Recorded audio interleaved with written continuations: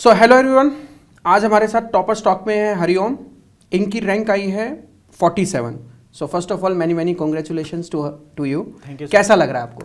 Sir बहुत बढ़िया लग रहा है, जब से रिजल्ट आया तब से खुशी है और अच्छा लग रहा है। अच्छा लगा। सो इनके बारे में एक चीज़ मैं बताना चाहूँगा, ये 2021 के पास आउट हैं। 22 में इनका क्वालिफाइड भी नहीं हुआ था गेट।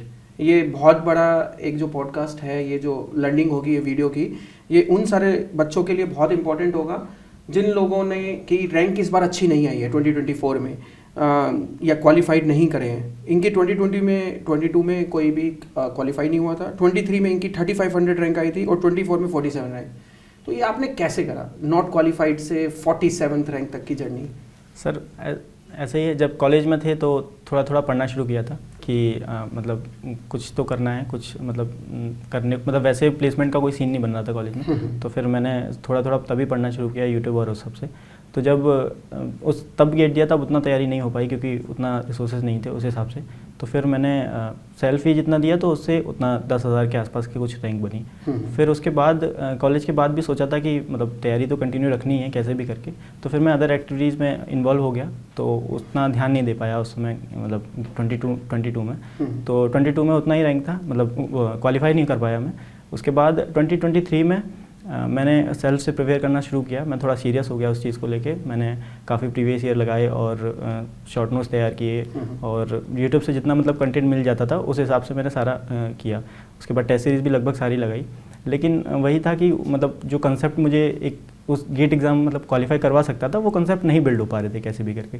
तो फिर मैंने उस 2023 में एग्ज़ाम दिया, तो आई वॉज एट 335। एंड उसके बाद जब फिर मेरे को लगा कि नहीं ऐसे नहीं होगा, मतलब कहीं ना कहीं आपको इंस्टीट्यूट ज्वाइन ही करना पड़ेगा, ऐसे तो आप बहुत दिनों तक भगते रहोगे और कुछ नहीं होने वाला है। तो फिर मैंने 2023 मई में मतलब मिड-डिजिस ज्वाइन कर लिया और फुल कोर्स में एनरोल किया इसीलिए।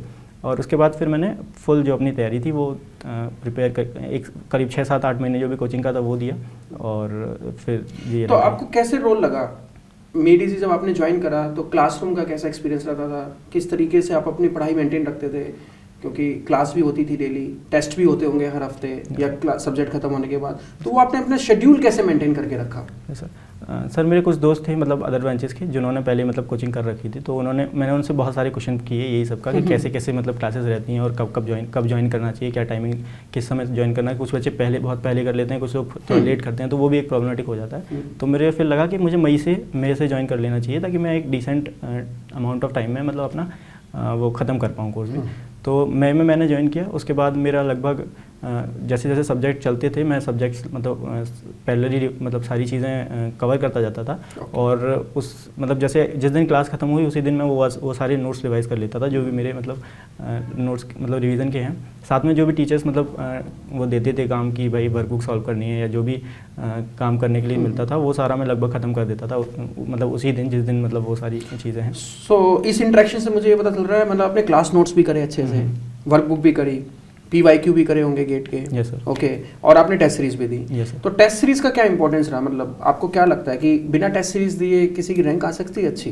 सर मुझे नहीं लगता कि मतलब बिना टेस्ट सीरीज़ के कुछ हो सकता है, क्योंकि टेस्ट सीरीज़ अपने आप में एक वो ये है कि आप रियल एग्जाम को फेस करने के मतलब लिए तैयार होते हो। तो मैंने तो टेस्ट सीरीज़ मतलब डे 1 से शुरू कर दी थी। जैसे मेरा मई में एक सब्जेक्ट जो चल रहा था उसके आधा सब्जेक्ट खत्म हुआ और उसके प्रीवियस ईयर मैंने लगा लिए और उसके बाद मैंने अपनी टेस्ट सीरीज़ दे दी थी।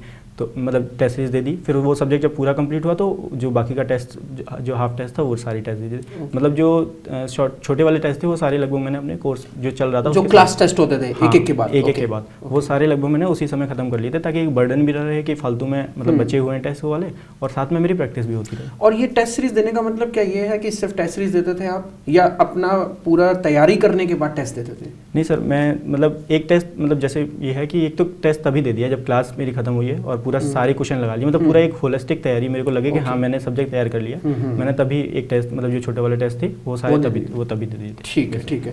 और जो फुल लेंथ टेस्ट हुए थे लास्ट में जनवरी में वो कैसे करा था आपने शेड्यूल अपना? उसका ऐसा था सर, जैसे 15 दिसंबर तक लगभग खत्म हो जाता है कोर्स 15 दिसंबर, तो मैंने तब तक सारे छोटे वाले जो टेस्ट थे वो खत्म कर लिए। उसके बाद जो आखिरी के 15 दिन थे 15 दिसंबर से और 30 दिसंबर तक, इतने में मैंने जो फुल सब्जेक्ट्स जो टेस्ट होते हैं full length test full subject test, तो मैंने एक अपना रिवीजन पूरा किया, मतलब जब सारा सब्जेक्ट खत्म होने के बाद एक रिवीजन पूरा 15 दिन में उनमें ख़त्म किया, एक एक टेस्ट दिया हर रिवीजन के बाद, हर क्वेश्चन लगाने के बाद एक एक, तो वो 15 दिन में वो टेस्ट खत्म कर लिए।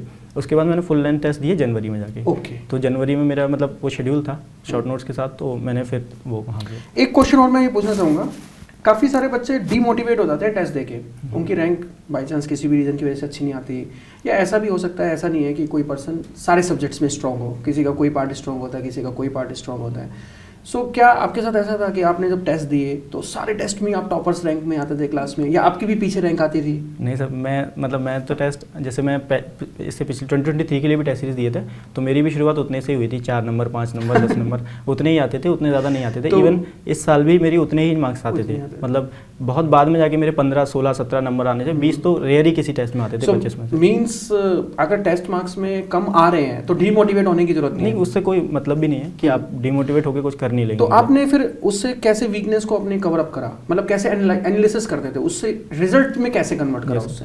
तो जैसे कोई भी टेस्ट है, जैसे आपने दिया, मान लो वो टेस्ट अगर कोई एक सब्जेक्ट लो, थर्मोडायनेमिक्स का जैसे टेस्ट आपने दिया, अगर मान लो आपने फुल सब्जेक्ट टेस्ट भी दिया है, पहले तो पूरा रिवीजन कर लो अपना, ताकि आपको ये ना लगे कि छूट गया है उसके बाद टेस्ट मैंने दिया। तो रिवीजन करके सारे क्वेश्चन लगा के आप टेस्ट दो। टेस्ट देने के बाद आप बस ये देखो कि आपने कौन कौन से क्वेश्चन गलत कर दिए और कौन कौन से क्वेश्चन आपके छूट गए। तो उसको एनालिसिस में लगभग उतना टाइम दो, क्योंकि वो बहुत ज़रूरी है। अगर आप एनालिसिस नहीं करेंगे तो आपका मतलब आपको उससे लर्निंग नहीं होगी। मैंने ऐसा भी करके देखा बहुत बार कि टेस्ट देके चलो छोड़ देते हैं, देखो क्या होता है। तो मुझे फिर वो अलग डिफरेंस समझ में आ जाता था कि मतलब इससे आपको फ़ायदा नहीं हो रहा है, और अगर आप थोड़ी उसमें टाइम दे देते हैं, एनालिसिस कर लेते हैं, ये देख लेते हैं कि किस स्टेप पर आपने गलत किया, तो उससे आपको अच्छा खासा हेल्प मिल जाता है। ओके। एक और चीज़ चलती है, शॉर्ट नोट्स का बड़ा ट्रेंड चलता है। तो काफ़ी सारे लोगों ने नाम तो सुना होता है शॉर्ट नोट्स, बट एक्चुअली उसको आपने बनाया कैसे और उसको यूज़ कैसे करा आखिरी के 1 मंथ में? सर मतलब क्योंकि गेट का एग्जामिनेशन इस तरह से पड़ता है कि आपका आखिरी का 1 ही महीना मिलता है, वो जनवरी का महीना मिलता है। उस समय अगर आप फुल सारे, जैसे कुछ टीचरों के शॉर्ट नोट्स आप ऑलरेडी शॉर्ट होते हैं, जैसे आपके नोट्स थे वो अपने आप में इतने से थे, तो उनके मैं शॉर्ट नोट्स ज़्यादा नहीं बनाया। लेकिन कुछ सब्जेक्ट हैं जो लेंदी है, लेकिन आप पूरा उनमें पढ़ने बैठोगे तो आपको लगेगा टाइम, 3 से 4 दिन उसमें चले जाएंगे। तो इसी से बचने के लिए मुझे ये चीज़ पता थी, क्योंकि 2023 में मेरे साथ वही हुआ था कि मैं उतना रिवाइज़ नहीं कर पाया टाइम से। तो मैंने वो सारे और मैंने ये साथ के साथ बनाना शुरू कर दिया शॉर्ट नोट्स की। मैंने पहले अपना क्लास में तैयार किया पूरा, उसके बाद फिर क्वेश्चन कर लिए, उसके बाद फिर टेस्ट सीरीज दे दिया। जब इतना मैंने कर लिया तो मेरे को समझ में आ गया कि इसमें से क्या इंपॉर्टेंट है, क्या कंसाइज है। Sorry to interrupt, Yes. काफ़ी सारे लोग ये पूछते हैं एक्चुअली शॉर्ट नोट्स में लिखते क्या है, हाँ, तो उनको ये समझ नहीं आता, तो आप उसको स्पेसिफाई करना। मतलब जब आपने तीनों स्टेप कर लिए हैं कि आपने क्लास नोट्स कर लिए हैं, एक बार घर आकर रिवीजन कर लिया है, आपने क्वेश्चन लगा लिए हैं, आपने उस चीज़ का टेस्ट दे दिया, तो आपको एक अच्छा होलिस्टिक वो पता चल जाएगा कि मुझे इसमें से क्या क्या ज़रूरी है टेस्ट उसमें करने के लिए। फिर आप बस अपना जो मेन नोट्स है उसमें से उठाइए और आपको समझ में आ जाएगा कि ये चीज़ें मेरी इंपॉर्टेंट है। तो मैं लगभग सारे फॉर्मूले लिख लेता था, जो बहुत ज़्यादा ज़रूरी नहीं है कि कभी गेट में पूछा नहीं गया, वो एक डिफरेंट बात है, लेकिन 80-90% फॉर्मूले लिख लिए। कोई बहुत ज़रूरी कंसेप्ट है या कोई टेबल है जो आपको याद रखनी पड़ेगी, उस समय वो क्वेश्चन सॉल्व कर देगी आपकी, तो वो ये सारी चीज़ें आपको कर लो। तो मेरा लगभग हर सब्जेक्ट 10 से 12-15 पेजेस में मैं कर लेता था। तो मैं इतने बड़े जो गट्ठर था पूरा, उसका मैंने इतनी कॉपी बना ली थी, तो वो मेरे को बहुत हेल्प की आखिरी। ओके, एक और क्वेश्चन ये आता है, काफ़ी सारे बच्चे ये पूछते हैं कि सर रिवीजन कितनी बार करना चाहिए, अब टॉप 100 में रैंक लानी है, इसका कोई आंसर है आपके पास में? क्या ऐसा कोई मतलब फिक्स तो नहीं कह सकते, क्योंकि रैंक आना एक मतलब बहुत लक पे भी डिपेंड कर जाता है, वो तो ठीक है, लेकिन आपको कम से कम 4 से 5 बार रिवीजन करने चाहिए। तो मैंने जैसे अपने शॉर्ट नोट्स बनाए थे, तो मेरा जनवरी का यही रूटीन रहता था कि मैं 4 दिन मैंने सब्जेक्ट्स को डिवाइड कर रखा था। डिज़ाइन के 4 सब्जेक्ट एक दिन में, और फ्लूइड थर्मल एक दिन में, और प्रोडक्शन इंडस्ट्रियल एक दिन में, और मैथ और एप्टीट्यूड एक दिन में, ऐसे करके हाँ 4 दिन में वो रिवाइज करता था पूरा, और 5वें दिन टेस्ट देना है। तो ऐसे 5-5 दिन का मैंने चंक बना रखे थे 6, तो लगभग मेरे 6 रिवीजन इस तरह से हो गए थे कि 4 दिन रिवाइज करो, एक टेस्ट दे दो, 4 दिन रिवाइज करो, एक टेस्ट। तो इस तरह से ये होता है कि बार बार आपको वो रिवीजन करना ही पड़ता है, मतलब रिवीजन के बिना तो नहीं होगी चीज़।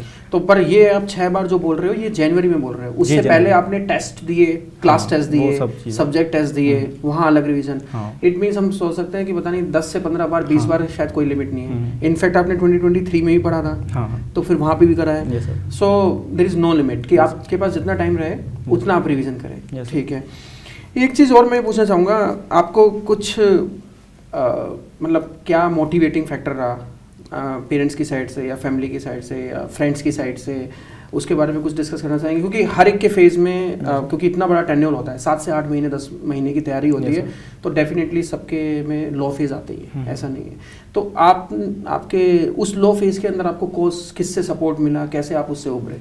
डेफिनेटली सर, मतलब अप्स एंड डाउन्स आते हैं, मतलब बहुत लगता है कि कभी कभी कि सारा सब चीज़ें मतलब क्यों ही कर रहे हैं, इतनी मेहनत क्यों कर रहे हैं, और आप फिर सब कुछ छोड़ देते हैं, लेकिन फिर शुरू करते हैं। तो इस समय में आपके मतलब आसपास के लोग अच्छे होने चाहिए, जैसे मेरे पेरेंट्स थे तो उन्होंने काफ़ी सपोर्ट किया, और मतलब एक ये भी लगता था कि वो लोग काफ़ी जीवन उन्होंने करीब 20 साल अपना हम लोगों के लिए शहर में बिताया गांव से आके, तो वो मुझे कहीं ना कहीं हॉन्ट करता था और लगता था कि नहीं जल्दी से जल्दी कुछ करना है। तो वो मतलब अभी भी मतलब उनकी इनकम काफ़ी कम है, तो वो इनकम का लगभग आधा हिस्सा मुझे अभी यहाँ दिल्ली के लिए रियल इनकम आप है नहीं, वो ठीक है, पर वो मेरे को कहीं ना कहीं लगता था कि नहीं जल्दी से ख़त्म करनी है चीज़ें, जल्दी से चीज़ें ठीक करनी है, तो वो कहीं ना कहीं लगता था कि जल्दी ख़त्म करनी। चलो, सो आई थिंक आज आपसे ज़्यादा आपके पेरेंट्स बहुत ज़्यादा खुश होंगे, and once again many congratulation to you कि आपकी इतनी अच्छी रैंक आई है, एंड आई होप अब आप PSUs के अंदर या MTech what ever is your interest जिसमें भी है, आपको दोनों चीज़ें टॉप क्लास मिल जाएंगी,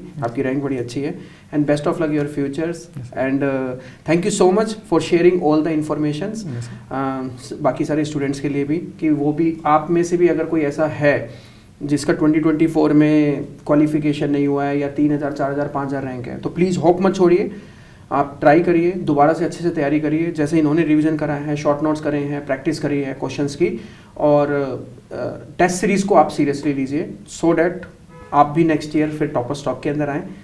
thank you so much. Thank you sir, thank you.